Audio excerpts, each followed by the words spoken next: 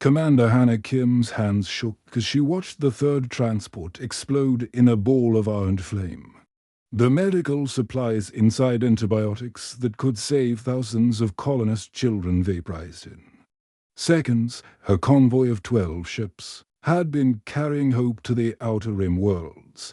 Now only twisted metal and burning fuel painted the crimson sky of Kepler-7. "Commander, we need to evacuate." Lieutenant Day shouted over the screaming engines of the raider ships circling overhead. Like metal vultures, his voice cracked with panic as another plasma blast turned their command vehicle into molten slag. Hannah ducked behind the wreckage of a supply truck, her tactical display flickering with red warning lights. The raiders had come out of nowhere sleek. Black fighters with energy weapons that cut through their escort ships like paper. These weren't ordinary pirates. Their ships moved with military precision, targeting specific vehicles in a coordinated strike. The electromagnetic pulse hit necks, frying every piece of electronic equipment in a mile radius. Hannah's rifle scope went dark. Her communication headset died with a sharp crackle. Even her bioscanner stopped working. The raiders wanted them isolated, cut off from any chance of calling for help. Through the choking black smoke, she heard something that made her blood freeze, crying. Not the wails of wounded soldiers, but the terrified sobs of children. Hannah crawled through the debris field, her military training keeping her low and quiet.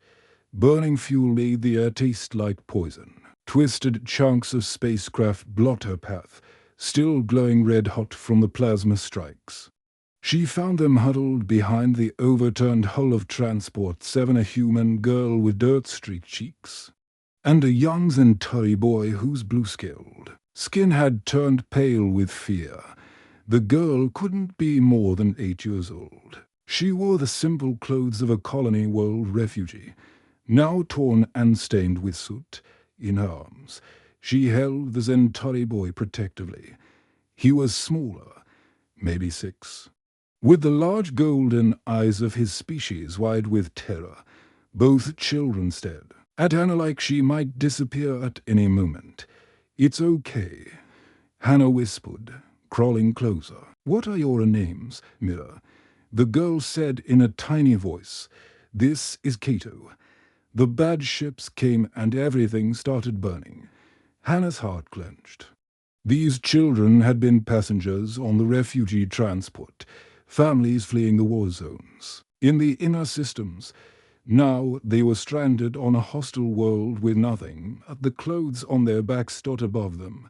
The raider ships circled lower. Hannah could see their sleek designs, angular hulls covered in weapon pods, engines that pulsed with an eerie blue light. The ships moved in perfect formation, their pilots hunting for survivors with methodical patience. These weren't desperate pirates looking for a quick salvage.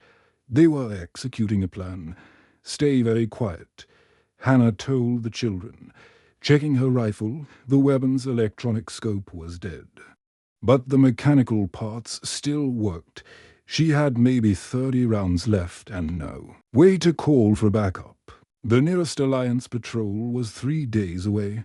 Assuming anyone even knew they were missing, Cato whispered something in the musical language of his people. Mir translated, her voice shaking. "He wants to know if his mama and papa are coming back." Hannah closed her eyes for a moment. She'd seen the passenger manifest. Cato's parents had been on transport for when it took a direct hit from a plasma cannon. There hadn't been any survivors. "We're going to take care of each other now," she said gently. "All 3 of us." The sound of boots on metal made her freeze. Raiders were moving through the wreckage on foot, checking for survivors. She could hear their voices harsh, clipped commands in a language she didn't recognize. But their intent was clear. They weren't taking prisoners. Hannah studied the landscape beyond the crash site. Kepler-7 stretched out in all directions, red sand dunes dotted with strange crystalline formations that caught the light of the planet's twin suns. The air shimmered with heat. and she knew the temperature would climb past 50 degrees once the suns reached their peak. But to the west, she could see something that gave her hope: mountains. Dark peaks that promised cooler temperatures and maybe, just maybe, shelter.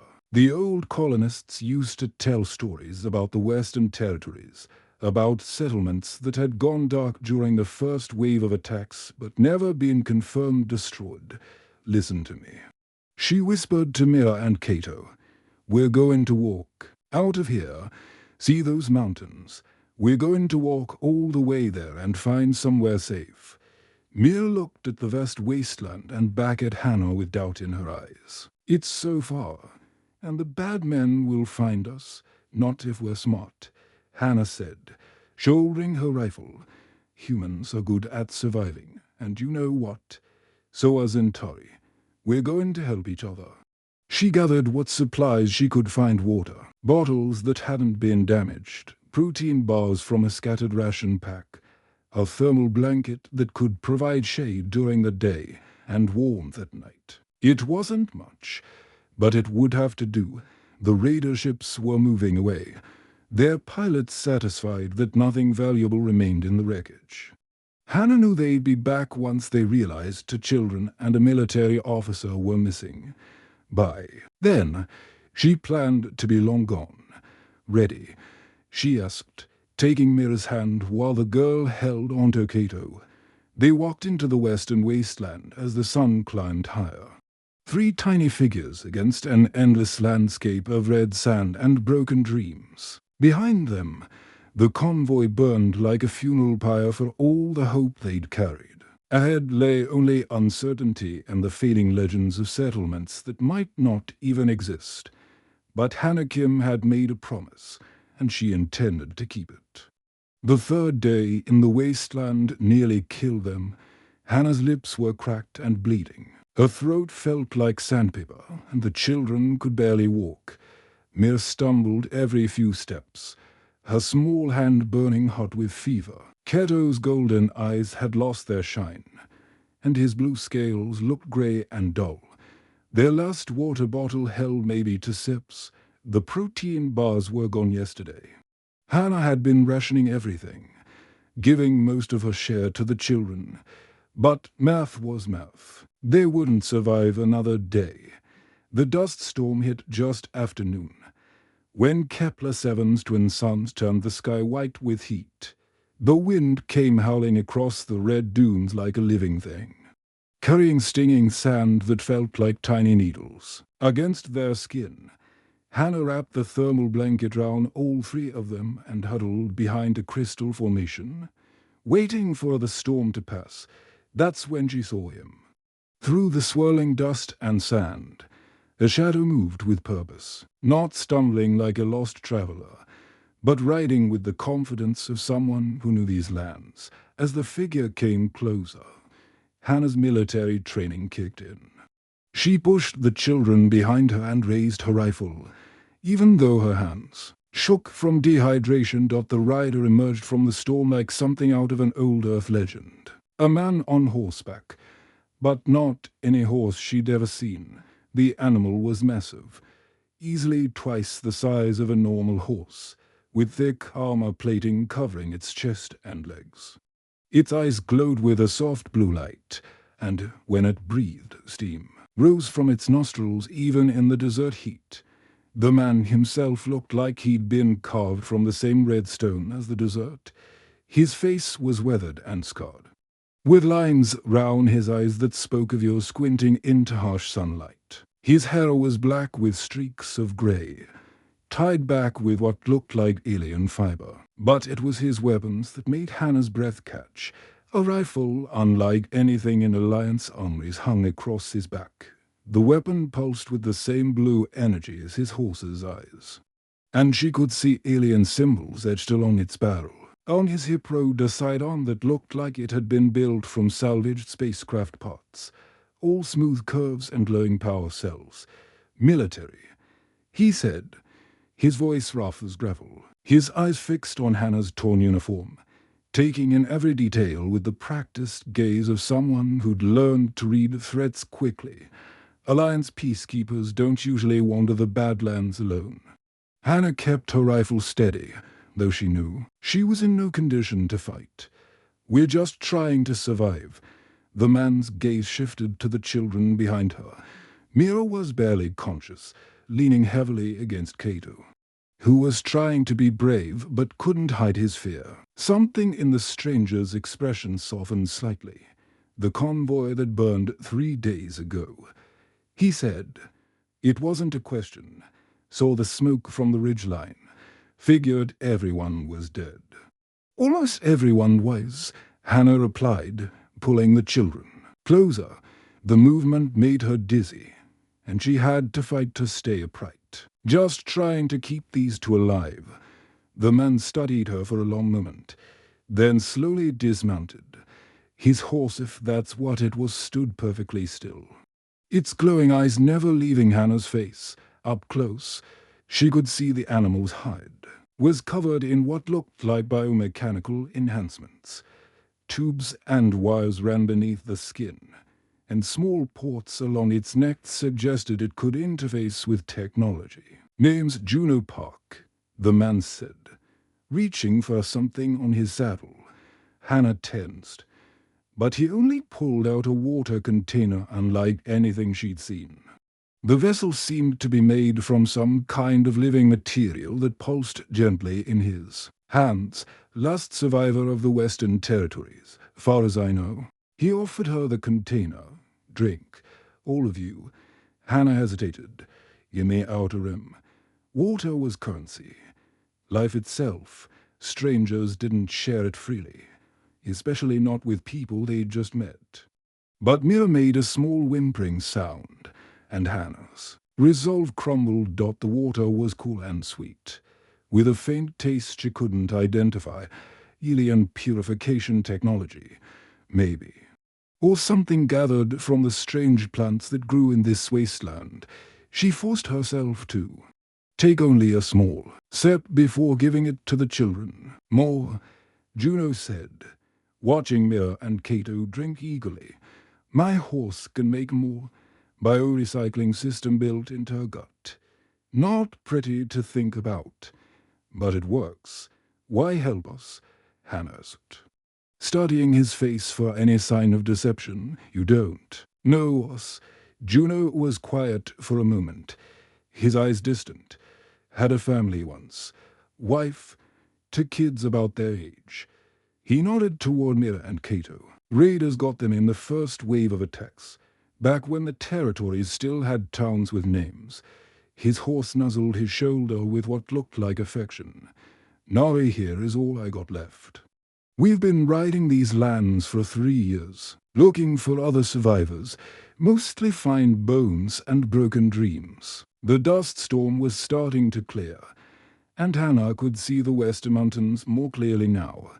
They looked impossibly far away, especially for 2 exhausted children and a woman running on stubbornness alone.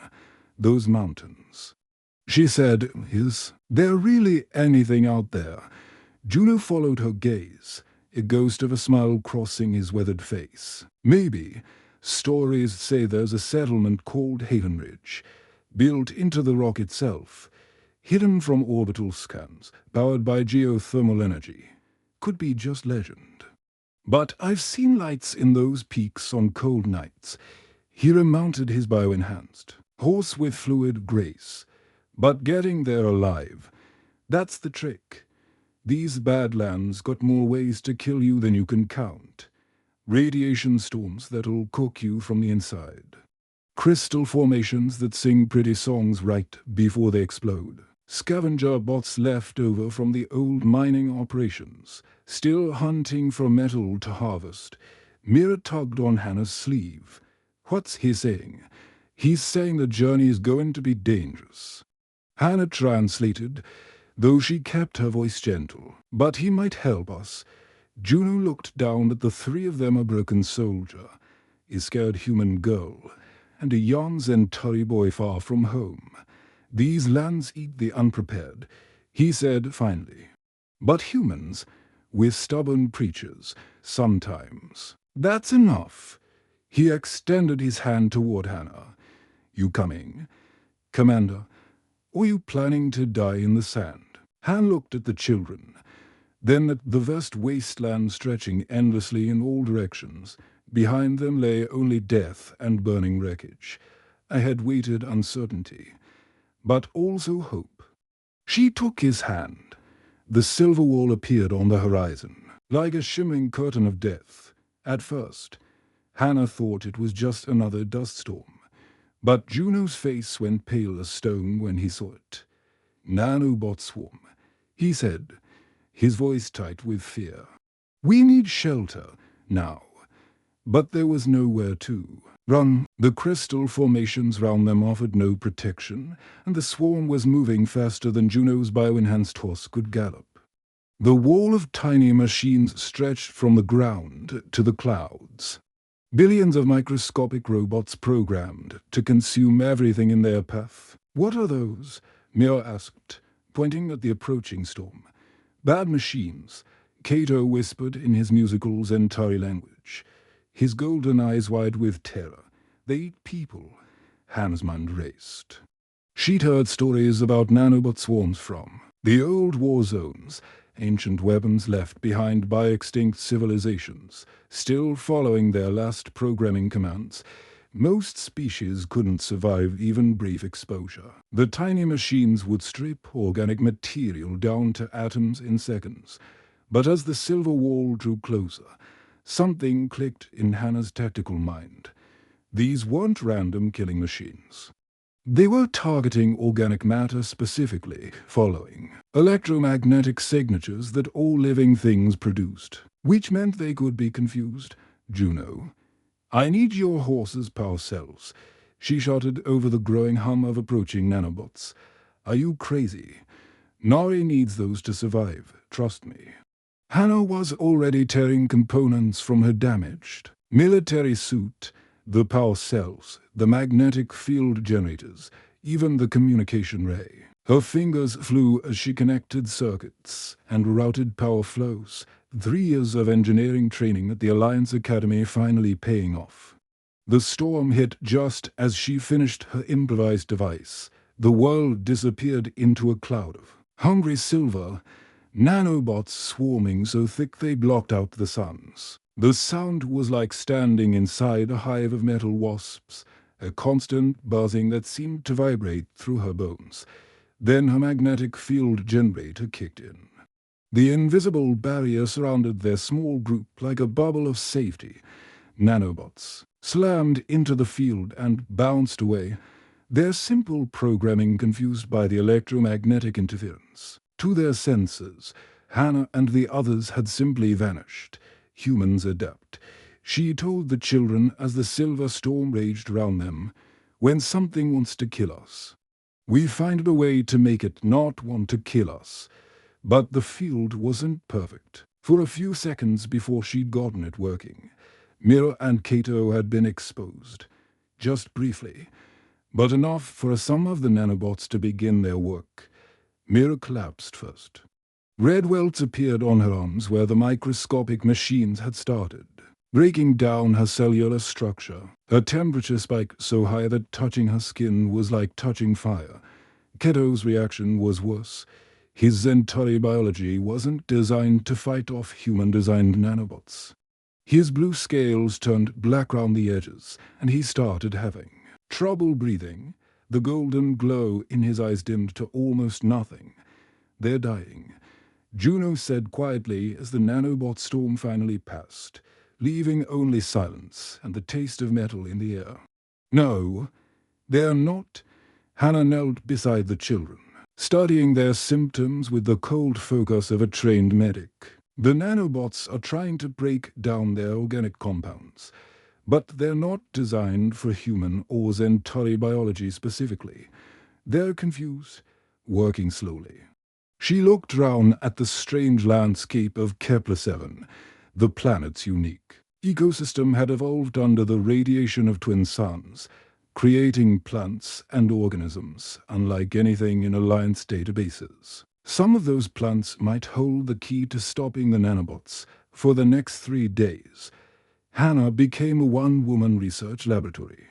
She collected samples of every plant and crystal formation within walking distance, testing their chemical properties using equipment salvaged from her suit. Juno's horse provided additional scanning capabilities, its biomechanical enhancements including sensors that could analyze molecular structures. She discovered that the purple moss growing on the north-facing crystal formations contained compounds that could neutralize the nanobot's electromagnetic signatures. The silver flowers that bloomed only at night produced enzymes that could repair cellular damage. A type of lichen that grew in spiral patterns seemed to boost immune system responses in both human and alien biology. Hannah worked without sleep, grinding plant matter into paste, mixing compounds in her helmet like a makeshift laboratory flask. Her hands shook from exhaustion, but every time she looked at Mira and Kato growing weaker, she found new energy. "You need to rest," Juno said on the second night. Watching her work by the light of glowing crystals, "You're going to collapse. I'll rest when they're better," Hannah replied, not looking up from her work. She was testing her latest mixture on a sample of damaged tissue from her own arm, where a few nanobots had gotten through before the field activated. Juno sat down beside her, his weathered face creased with concern. "I've seen a lot of people die in these badlands. Good people, brave people. Sometimes there's nothing you can do. There's always something you can do," Hannah said firmly. "Maybe it won't work. Maybe I'm just delaying the inevitable, but I won't stop trying." On the third day, Mira's fever finally broke. The red welts on her arms faded to pink, then disappeared entirely. She sat up slowly, blinking in confusion. "I feel better," she said, her voice weak but clear. Kato took longer. His alien biology needed a different combination of compounds, and Hannah had to modify her treatment twice before finding something that worked.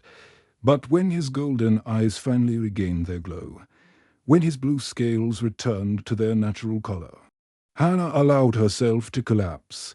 Juno caught her before she hit the ground. "You did it," he said, and there was something like awe in his voice. 3 days without sleep, working with equipment held together by hope and spare wire. "You actually did it, told you." Hannah mumbled, too exhausted to keep her eyes open. Humans adapt. As she drifted off to sleep, she heard Mira and Kato talking quietly. The girl was explaining to the Centauri boy how Hannah had saved them, how she'd turned poison into medicine using nothing but determination and plants that most people would have ignored. "She's like a hero from the old stories," Mira said. "Better," Kato replied in his musical language. "Heroes in stories always have magic. She just has stubborn." Juno laughed softly. "Kid's got a point. Sometimes stubborn is the best magic there is." The entrance to Haven Ridge looked like nothing more than a crack in the red stone. Juno led them through a narrow canyon that twisted and turned until Hannah lost all sense of direction. Then he pressed his hand against what seemed like solid rock, and a hidden door slid open with a soft hiss. "Welcome to the last free human settlement in the Kepler Expanse," he said, gesturing them forward into darkness.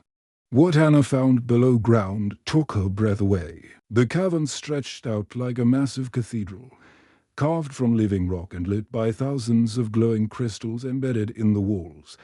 But it wasn't empty stone that amazed her, it was the city. Hundreds of humans had built their lives here. Multi-level platforms connected by bridges and walkways filled enormous space.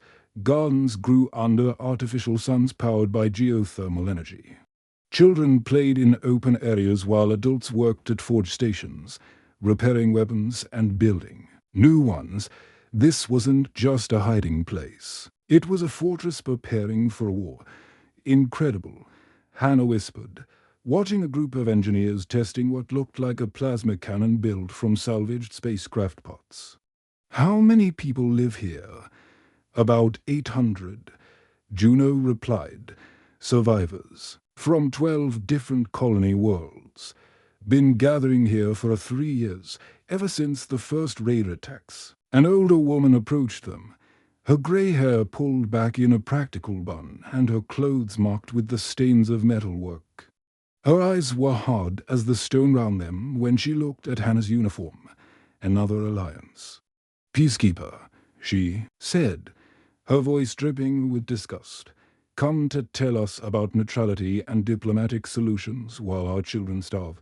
I'm Commander Hanakim, Hannah said, straightening despite her exhaustion. These are Mira and Cato. We're survivors from the medical convoy that was destroyed.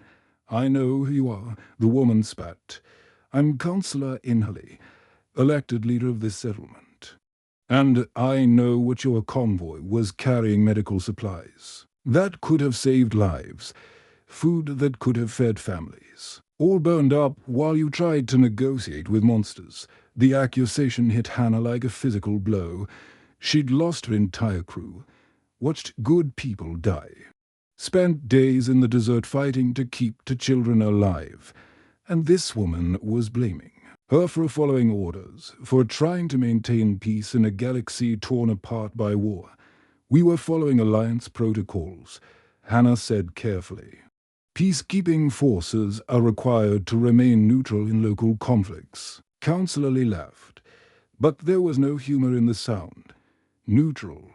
While raiders burn our homes and enslave our children, your precious Alliance peace failed us, Commander. We make our own peace now. She gestured toward the weapons being built and tested throughout the cavern. Every person here has lost family to the raiders. Every child has seen things no child should see. We tried your way negotiation, compromise, hoping the galaxy would notice our suffering. All it got us was more dead friends. Mira tugged on Hannah's sleeve. Why is she angry at you? You saved us. Before Hannah could answer, alarms began blaring throughout the cavern. Red lights flashed from the crystal walls, and people started running toward defensive positions with the practiced efficiency of a military unit. They found us, Juno said grimly. Checking his alien tech weapons, the raiders must have tracked us somehow. Through the massive viewing screen that showed the surface above, Hannah could see the sleek black shapes of raider ships landing near the canyon entrance. The same angular designs. The same blue pulsing engines that had destroyed her convoy. Dozens of them, carrying enough firepower to level a small city. All civilians to the deep shelters, Counselor Lee commanded, her voice carrying clearly over the alarm systems. Defense teams to positions. This is not a drill. Hannah watched the settlers scramble to follow orders. These weren't trained soldiers, they were farmers, mechanics, teachers who'd learned to fight because they had no choice. They moved with determination. But she could see the fear in their eyes. They were brave, but they were going to die. Counselor, she said, stepping forward. I know their tactics. Let me help. Help? Lee's eyes blazed with anger. Your help got us into this mess. Stay out of our way. Peacekeeper. But Juno put his hand on Hannah's shoulder. What do you see that we don't? Hannah studied the tactical display showing reader positions. Her military training kicked in. Analyzing patterns and weaknesses. They're landing in a standard siege formation, expecting to overwhelm with superior numbers. But they don't know about the canyon's layout, and they're underestimating human adaptability. She turned to face the assembled defenders, men and women, who'd lost everything and refused to give up. The raiders think they're fighting scared colonists hiding in a cave. They don't know they're fighting humans who've already decided to die free rather than live as slaves. What are you suggesting? Counselor Lee asked, suspicion still heavy in her voice. I'm suggesting we use their arrogance against them. Hannah replied.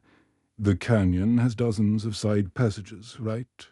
Perfect for ambush tactics, and they'll never expect coordinated resistance from simple colonists. She walked to the main tactical display, her fingers flying over the controls as she mapped out defensive positions. Small teams in the side canyons, using hit-and-run tactics to divide their forces. When they bunch up to clear the passages, we hit them with everything we've got from the main entrance. That could work, Juno said slowly, studying her plan. But it means sending people into those canyons knowing some won't come back. I'll lead the ambush teams, Hannah said without hesitation. It's my plan, my responsibility. Counselor Lee stared at her for a long moment. You'd risk your life for people who've already told you we don't want your help.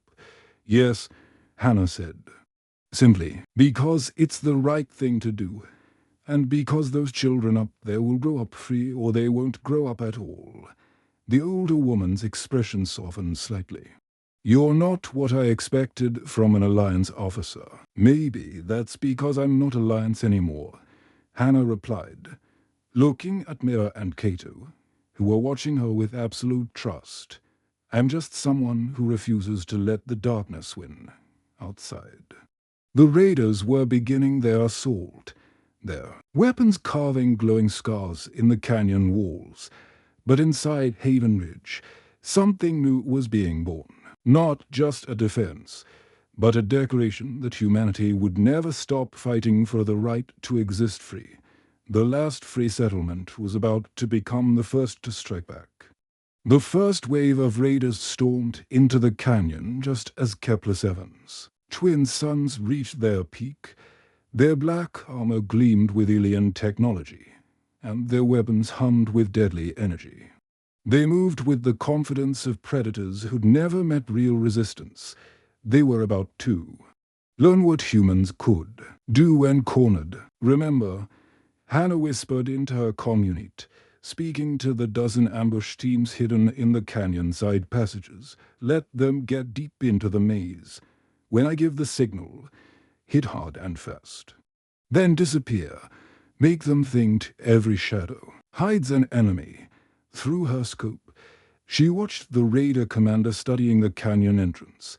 He was tall and lean, with the pale skin of someone who spent too much time in recycled ship air. His weapons were top-grade military hardware, probably stolen from Alliance depots.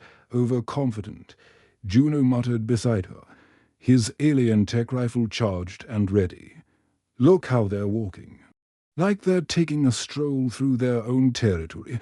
The raiders advanced in perfect formation down the main canyon, their energy shields shimmering blue in the harsh sunlight. Behind them came hover tanks bristling with plasma cannons, and overhead, fighter craft circled like mechanical vultures.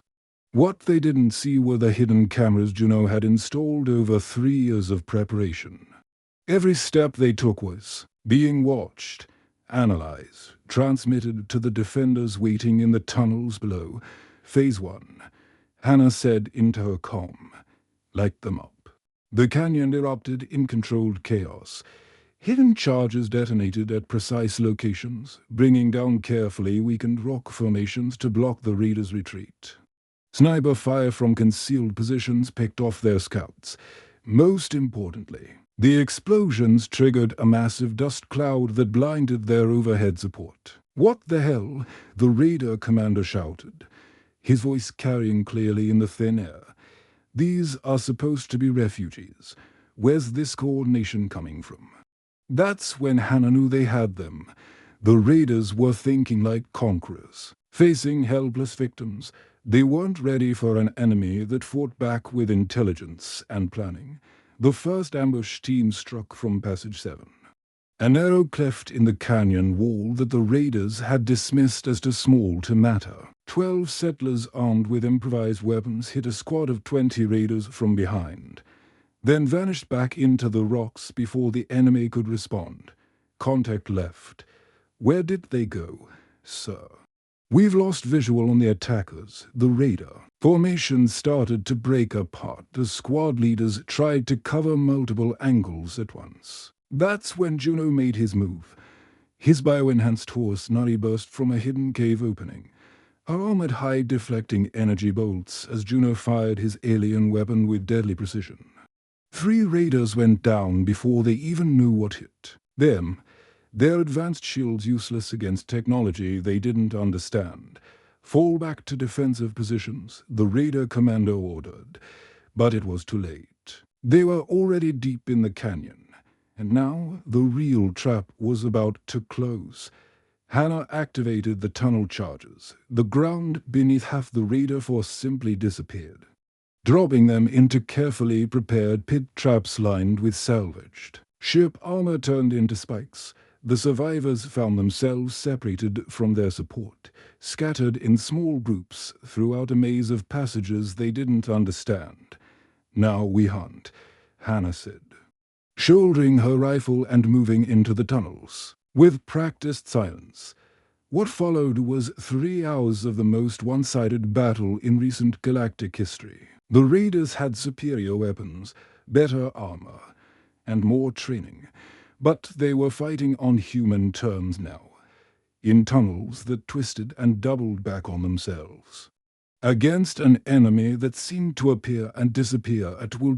Hannah and Juno moved through the underground complex like they'd been fighting together for years. When she spotted enemy positions, he was already moving to flank them. When his alien sensors detected ambushes, she was ready with covering fire. They communicated with gestures and glances to people who'd found perfect synchronization in the chaos of battle. The turning point came when they cornered the raider commander in the main cavern. He stood surrounded by the last dozen of his troops, his expensive armor scorched and his confidence shattered. "This is impossible," he said, staring at the bodies of his fallen soldiers.